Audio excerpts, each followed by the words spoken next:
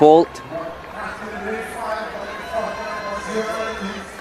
As I said earlier today, Christopher Taylor, another Jamaican, did go faster than 47.33, but that was when the category was under 18. There's the lineup: Sheslan Gordon of Trinidad and Tobago, Paul Henry, Jamaica, Caden Prasad of Guyana, Egan Neely of the Bahamas, Cameron Mathlin of Grenada, Nicoy Bramwell, the defending champion from Jamaica, Shavonna Nixon of the Bahamas, and Aidan Moore of Barbados.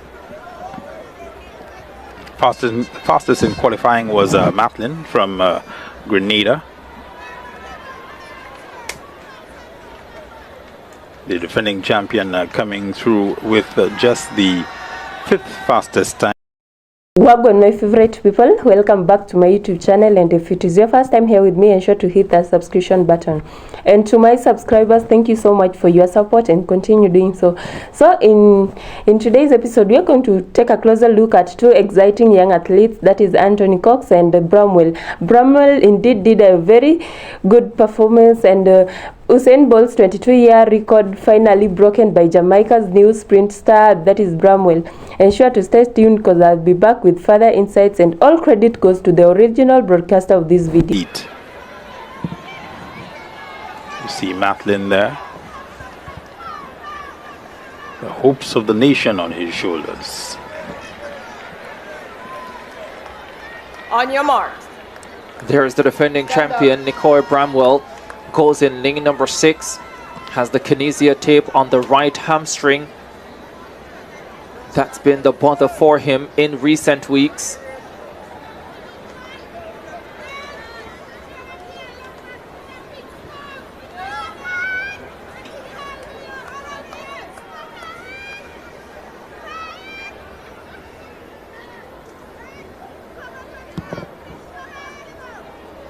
Final of the under-17 boys 400 meters. They await the command for a second time to hit their marks. On your mark.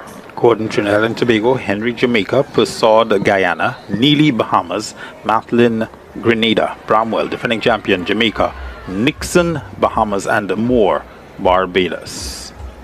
Despite the hamstring issues, Bramwell still ran 47.39 the second in the under-16 boys division at the Jamaican High School Championships. Away they go. Goes out a little bit quicker here, Nicoy Bramwell, than he did in qualifying. Already surges by Nixon of the Bahamas on his outside, and the Jamaican goes flying down the backstretch. Nicoy Bramwell in full flight here in the under-17 boys 400 final.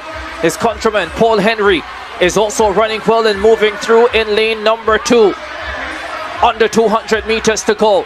It's Bramwell with the advantage. If he can maintain this, this will be a race for the silver medal. The defending champion transitions down the home stretch. Paul Henry, his countryman, holding second. The Grenadian is coming forward. That's Mathlin. Bramwell defends his title and Mathlin gets silver. Wow. Nicoy Bramwell had the field beat from the first 200 meters. Held on strongly down the home stretch. A terrific finish coming from Cameron Mathlin of Grenada to snatch the silver medal. It's joy for the home country as Jamaica wins another gold medal here in Grenada, and I think he is amazed by the time. We are waiting for it. I think it's a championship record. It is. Usain Bolt's 47.33 has been removed by Nicoy Bramwell, and it's all happening here at the Kirani James Stadium. Amazing performance from that young man. We know he can go sub 47. Given what he's had to go through over the past couple of weeks in terms of trials, in terms of champs, we didn't know what he would be able to produce here. He's been struggling with injury, but he was able to produce the goods in front of the crowd here at the Kirani James Stadium, in a stadium named for a great champion, world and Olympic champion from Grenada. He was able to step up and take the gold medal. Egan Neely holds on for the bronze. Well, let's have a look at the athletes from the first heat. Matt Hudson-Smith, by the way, the European champion and bronze medalist at the World Championships, goes in heat 4 for England.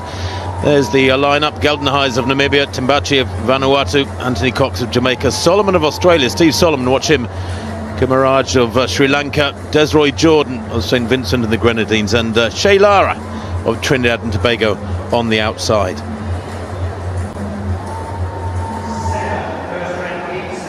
So with only 3 for non-automatic qualifier spots, that's make the first 3 or you're not going to make it through to the semis is really the message. There is Shea Lara, 46.92 man this year. He'll be running blind. His personal best was last year, 46.4.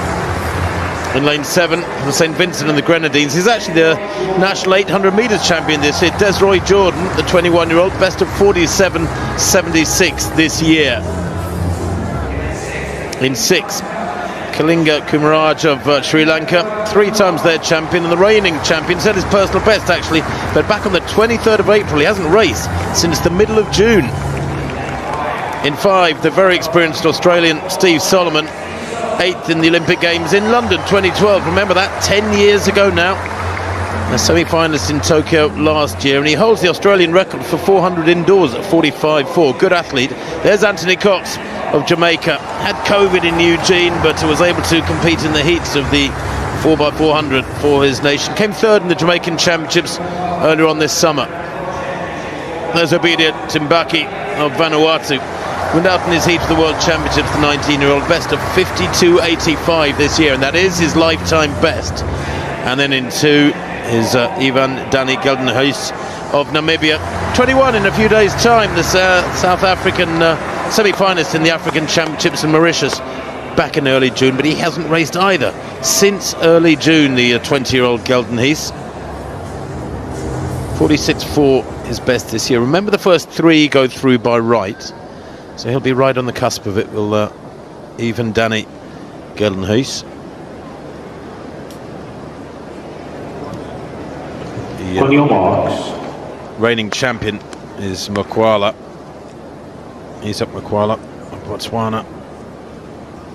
Indeed, his teammate Babaloki Thebe took out the silver on the Gold Coast back in 2018. So the first heat of 7 then in the men's 400 metres. Geldenhuis in 2, Timbaki of Vanuatu in 3, Cox of Jamaica 4, Solomon of Australia in 5, the Sri Lankan Kumaraj in 6, Jordan of St Vincent and the Grenadines in 7, and Lara, Trinidad and Tobago in lane 8. Set.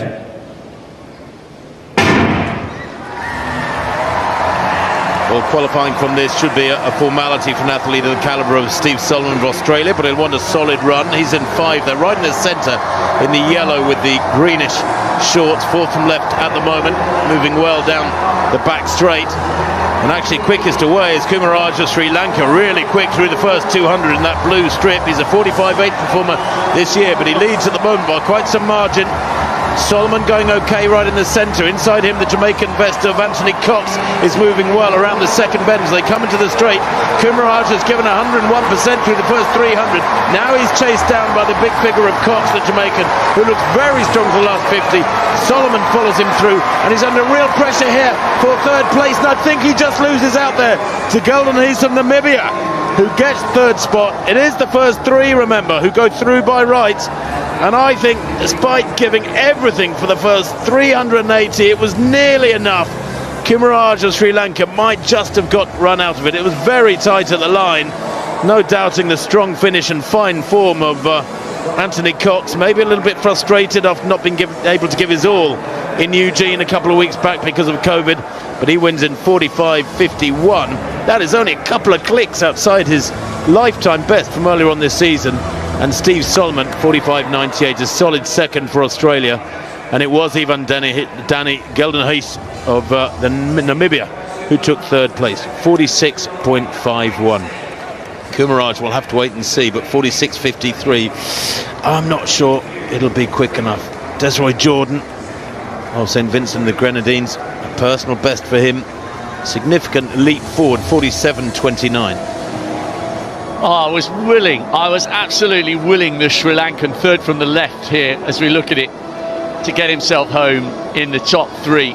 It was a really bold piece of running because he knew the likes of Cox of Jamaica and Solomon, who seems to have been around for a lifetime, made the Olympic final. Must have been a teenager then back in 2012. The Sri Lanka knew that they would be coming and closing and that he'd start wading through treacle towards the back end of the race. Geldenhuis did really well to come through in lane 2. Good running by Cox, just off the podium in the World Youth a few years ago. So unlucky to get COVID in Eugene and not be able to perform at his best. It's a good run by Solomon there, and Geldenhuis out dipping Kumaraj. So the Sri Lankan will have to wait to see whether he can claim one of the 3 non-automatic spots. But remember, that's 3 non-automatic spots from 7 heats. Good running by Cox, 3rd in the Jamaican National Champs. Just to make it as any level of international in a Jamaican sprint event shows you the calibre of the man we've just been watching, just off the podium in the World Youth, and he'll be absolutely determined to remind everybody what he could have produced in Eugene had COVID not brought his aspirations at the Worlds to a premature end. Well, there it is. You can see the fine form of Anthony Cox. Bottom of picture. Working hard with the arms there. And that is very nearly a lifetime best. And I think there's considerably more to come from the 21-year-old. Solomon of Australia in the dark glasses. Moving well, and you can see the effort from even Danny Geldenhuis. Here he is with about 40 to go. He's way back in 4th, but he keeps battling away. Kumaraj by far the smallest of the 4-inch shot, just tying up the stride length going, the knees not coming up over the final meters, and he just gets out dipped by the Namibian, giving himself an early 21st birthday present in effect.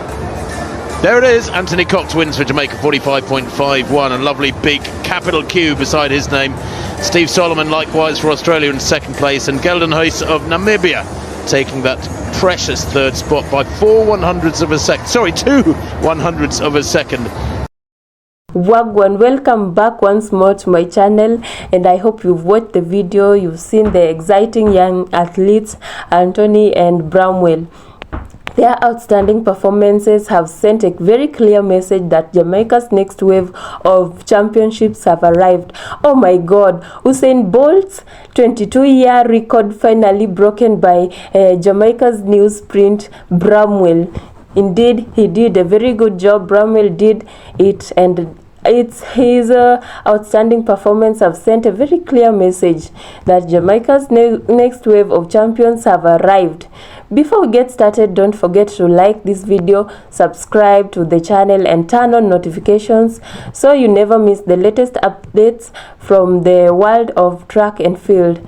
So let's begin with Anthony Cox. Cox delivered one of the most impressive performances of the competition. From the moment the race began, he looked calm, confident, and completely in control. Rather than rushing out too quickly, he stuck to his race plan and maintained excellent form throughout the event. As the runners entered the final stretch, Cox showed exactly why many believe he has a bright future. His finishing speed was outstanding, allowing him to pull away from the rivals and secure qualifications with authority. What stood out most wasn't just the result, it was his maturity. He looked very comfortable under pressure and demonstrated the kind of composure that coaches love to see in young athletes.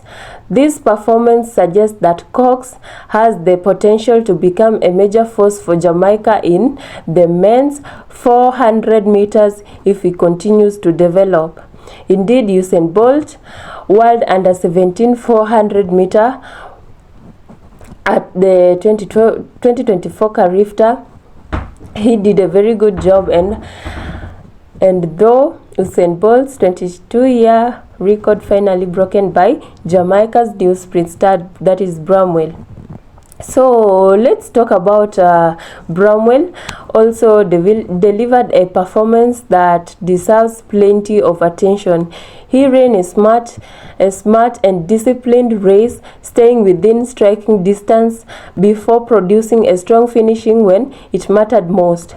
His race management was excellent. Instead of wasting energy early, he remained patient and timed his move perfectly. That strategy paid off as he crossed the finish line in qualifying position. Performances like this show confidence, discipline, and growing experience. Bramwell demonstrated that he has both the speed and mental strength needed to compete at a higher level. Together, Cox and Bramwell gave Jamaica fans every reason to be excited about the future. What does this mean to the Jamaica? For years, Jamaica has been known for producing some of the greatest sprinters in history, including Usain Bolt, Shelly Ann Fraser-Price, Elaine Thompson, Hera, Shericka Jackson, and many others. Now, like Anthony Cox and Bramwell are providing that, the country's talent pipeline remains incredibly strong. Their performances are not just personal achievements. They are signed that Jamaica continues to develop athletes capable of competing with the world's best. If these youngsters keep improving, they could become key members of Jamaica's team at future World Champions and Olympic Games. The message is very clear, and Jamaica's future is in good hands. Anthony Cox and Bramwell have announced themselves on the international stage with the confidence, disciplined, and exciting performances that surprise even greater things ahead. Let me know what you think. What can these young athletes become Jamaica's next global stars? Let me know your thoughts and share them in the comments below. If you enjoyed this video, don't forget to like, subscribe, and share it with your fellow track and field fans. Indeed, Usain Bolt's world under 17 400-meter race at the 2024 Carifta Games, Bramwell hits the 47.26 seconds, while Bolt's record was at 47.33. You can note the small difference, just a difference with very little microseconds. And indeed, Bramwell is very mature, and the way he handled things, it is very incredible. And oh my god, I liked the race, and it was incredible, the speed, the way they conducted themselves. And Cox delivered one of the most impressive performances of the competition from the moment the race began. He looked calm, confident, and completely in control. Rather than rushing out too quickly, he stuck to his race plan and maintained excellent form throughout the event. This shows that whenever you are out to do any sort of race, you must have a plan. Without a plan, you'll fail miserably, and you'll have failed your country, because whenever you go out to compete, you represent your country, and when you don't have a plan, you shall have failed your whole country. So Jamaica's athletics has done it again, and the future looks brighter than ever, because we can see that they are continuing to produce very good athletes outside there. And while the world continues to celebrate the legends such as Usain Bolt, as we continue celebrating the legends who made Jamaica a sprinting powerhouse, a new generation is stepping forward with performances that have fans buzzing outside there. So as I conclude this video, ensure to subscribe, my dear people. Subscribe, and all credit goes to the original owner of this video, incredible video, and to the male outside there, the under 17. You are doing a great job, and continue doing so.